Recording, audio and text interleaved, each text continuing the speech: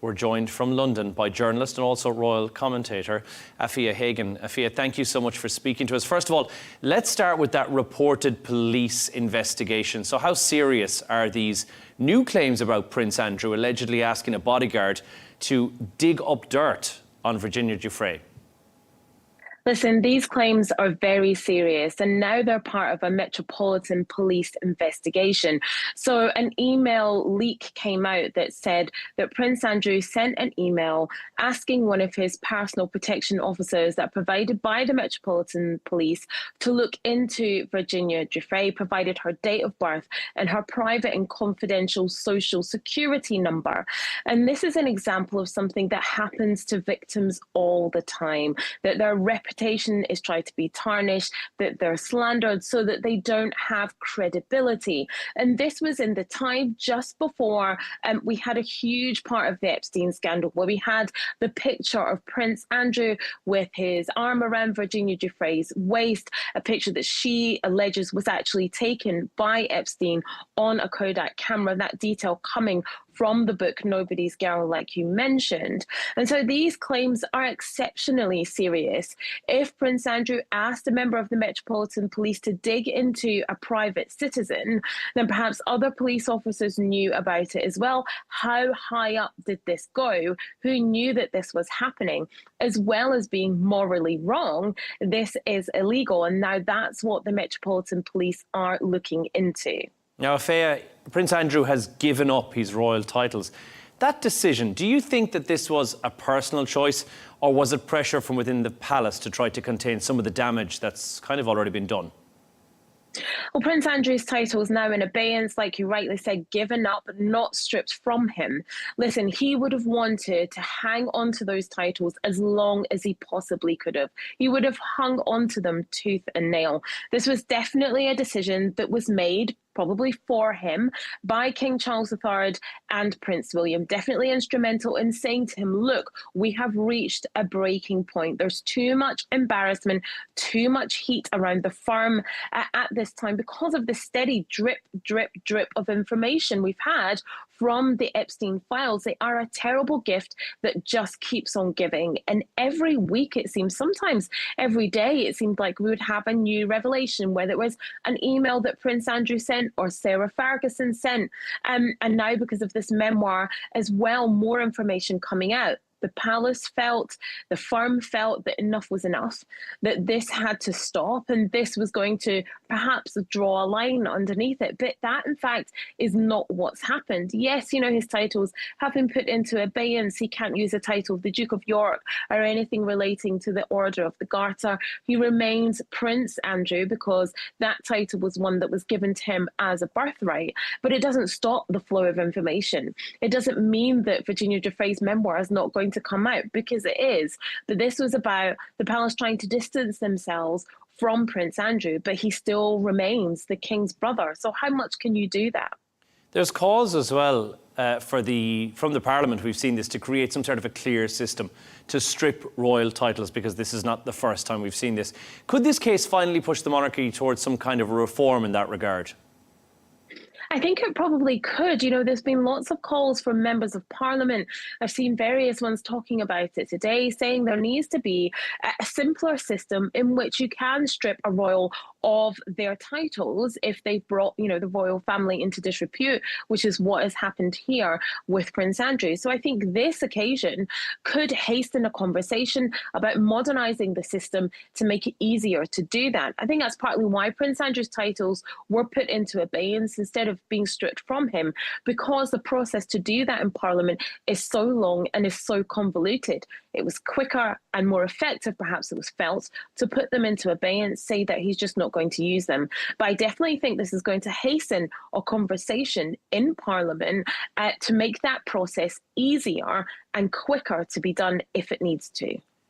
Afua, with Virginia Giuffre's memoir being released tomorrow, we'll all know what's in that. How damaging could the contents be, not just for Andrew, but I think for the royal family at large, because it is years after that initial settlement was made? Even though it is years after that initial settlement, this book and the context of it kind of reminds us of that settlement, reminds us of everything that happened. And you get some real details, some things that we already know. For instance, Virginia Giuffre talking about the three sexual encounters she had with Prince Andrew, that she alleges she had with Prince Andrew. And we have to say that he denies all the allegations against him.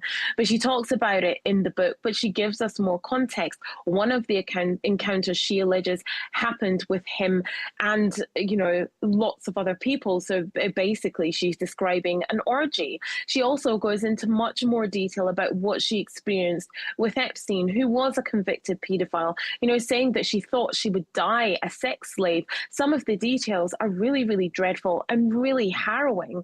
And so this is a reminder of that settlement, but a reminder of what Virginia Giuffre went through, of what she went through in her life. What she talked about is all laid out in this book. It's extremely, extremely damaging, but more so, it's extremely distressing to read that this woman at a very young age experienced such terrible things and felt that throughout her life she couldn't get any kind of justice for it. The bigger picture here, Afua, what does it mean for the monarchy and for their image at large as well? Are we seeing a turning point in how the royal family deals with scandal and also with accountability, because this is such a public case and there's kind of going to be no getting away from this tomorrow? This is going to have to be a turning point for the royal family. It's going to have to be a point where they look at how they handle crisis management and how they remain accountable, how they are accountable to the British people, not just the British people, to everybody that they deign to reign over across the Commonwealth. This has to be a lesson in how they are accountable. And this has to be a point where they look at how they've acted in the past, how they've acted in this situation, and how they are going to act going forward. It's critical at this time that the firm takes a long, hard look at itself, holds a mirror up to itself, and looks at how it deals with members of the family who may or may not have committed crimes, who are caught up in scandal. How they can deal with that and how they remain authentic in doing that is absolutely essential. It's critical at this point. And this will lead to modernisation of how they remain authentic and how they deal with crisis management. Now, Prince Andrew stepping back from his titles is what we've seen happen. Is that going to be enough to protect the monarchy, or will King Charles III be forced to step in and do something else here? And we did mention at the very start of this, he is a prince by birthright. There is no way that that can be stripped for somebody who's not exactly au fait with the monarchy, as I may be.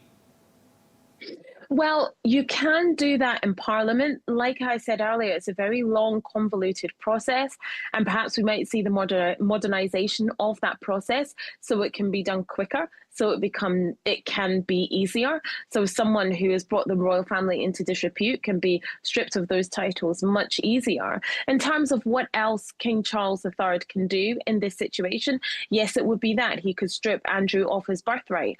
Andrew lives in Royal Lodge, a 30-bedroom, grand palatial house that he lives in. He has a private lease on that till 2078. So there isn't really much anything that King Charles can do about that. We will not see Prince Andrew at any royal events or family occasions, whether that's Christmas at Sandringham, whether that be a wedding, a funeral, anything like that. We will not see Prince Andrew pictured with any of the senior royals. So there will be a full-on ban we can expect of him to be able to attend any of those events. Other than that, there really isn't anything else that King Charles III can do. He could perhaps send him off to exile with Sarah Ferguson to live somewhere else, but Prince Andrew still remains to be King Charles III's brother, and he still has that prince title, which is his birthright. Stripping him of that prince title is something that could be done. That's something that Virginia Giuffre's family have called for as well. But like I said, it's a very long process. But we could see the modernisation of Parliament to make that process easier. Afua Hagan, journalist and royal commentator. I'm sure there'll be more on this story as it develops through the week once those memoirs are revealed tomorrow. Thank you for chatting to us.